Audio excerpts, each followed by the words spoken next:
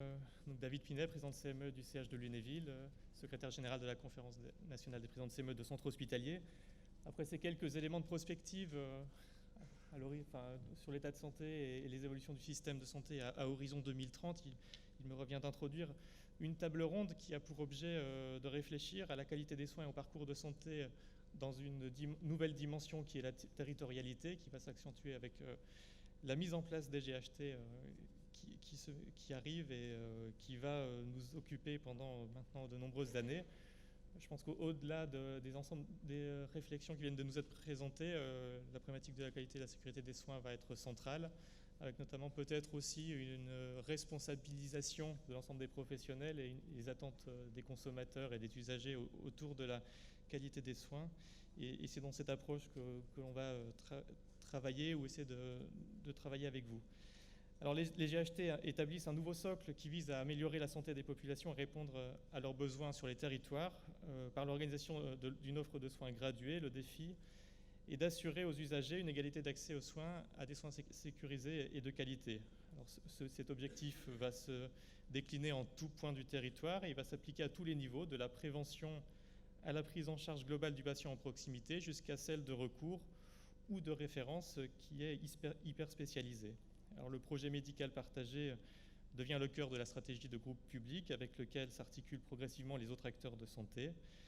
Des filières de soins organisent des interventions coordonnées impliquant des opérateurs multiples, parfois dispersés, centres hospitaliers spécialisés, CHU, mais aussi les professionnels libéraux, les autres acteurs de santé, de l'HAD, des centres anticancéreux et voire des cliniques commerciales.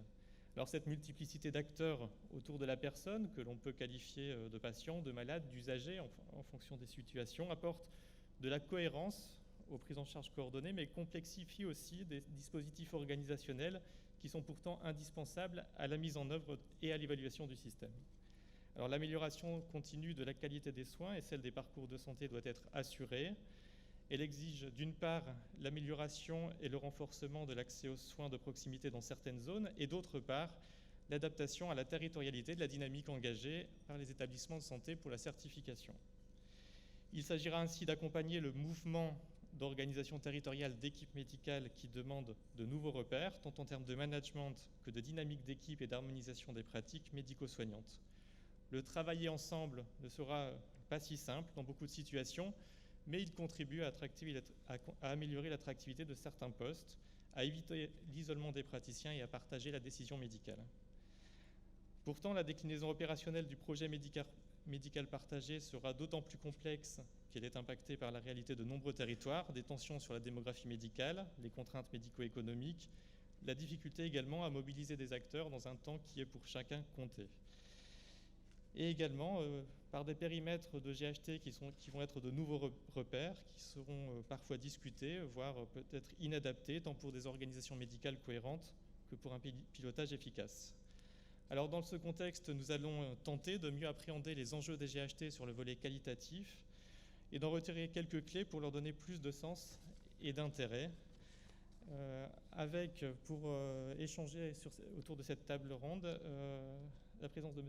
Yvonique Maurice, président de la commission de certification des établissements de santé, M. Antoine Chéreau, maire de Montaigu, M. Maxime Cotterman, chef de cabinet de Mme Anne-Marie Armenteras de Saxé, directrice générale de la DGOS, qui n'a pu rester avec nous aujourd'hui, Monsieur Thierry Schmitt, directeur du centre hospitalier sud-francilien, et Monsieur le Dr Philippe Sayous, président de CME du CH de Belleville. Alors sans plus attendre, je vais laisser la parole à Monsieur Yvonique Maurice pour nous présenter assez brièvement les évolutions attendues de la certification qui, dans le cadre des décrets sur les GHT, va fortement évoluer avec une certification conjointe des établissements de santé au sein des GHT à horizon 2020.